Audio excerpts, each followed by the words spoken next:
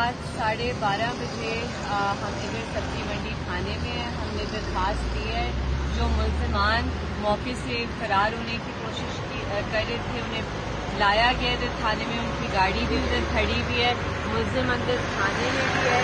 ہمیں ہماری درخواست پر جو ہم نے جمع کرا دی ہے, نہ تو کوئی ریسیونگ دی جا رہی ہے, نہ ہمارا پرچہ کاٹا جا رہا ہے. لیکن اگر یہ پرچہ نہیں کاٹا گیا ہم 22A میں جائیں گے. ہم تمام لیگل ریمیڈیز کو پرسو کریں گے. یہ 2 مشکوک لوگ تھے جنہوں نے ماسک پہنے ہوئے تھے, جنہوں نے ان کی ویڈیوز بنائی اور جن کا کوئی مقصد نہیں تھا اس ٹائم پر اس جگہ پر ہونا. انہوں نے ان کو فالو بھی کیا ایف جاجی کیمپ سے. جب یہ اپنی رہائش گاہ پر آ رہے تھے تو ان کو فالو کیا گیا.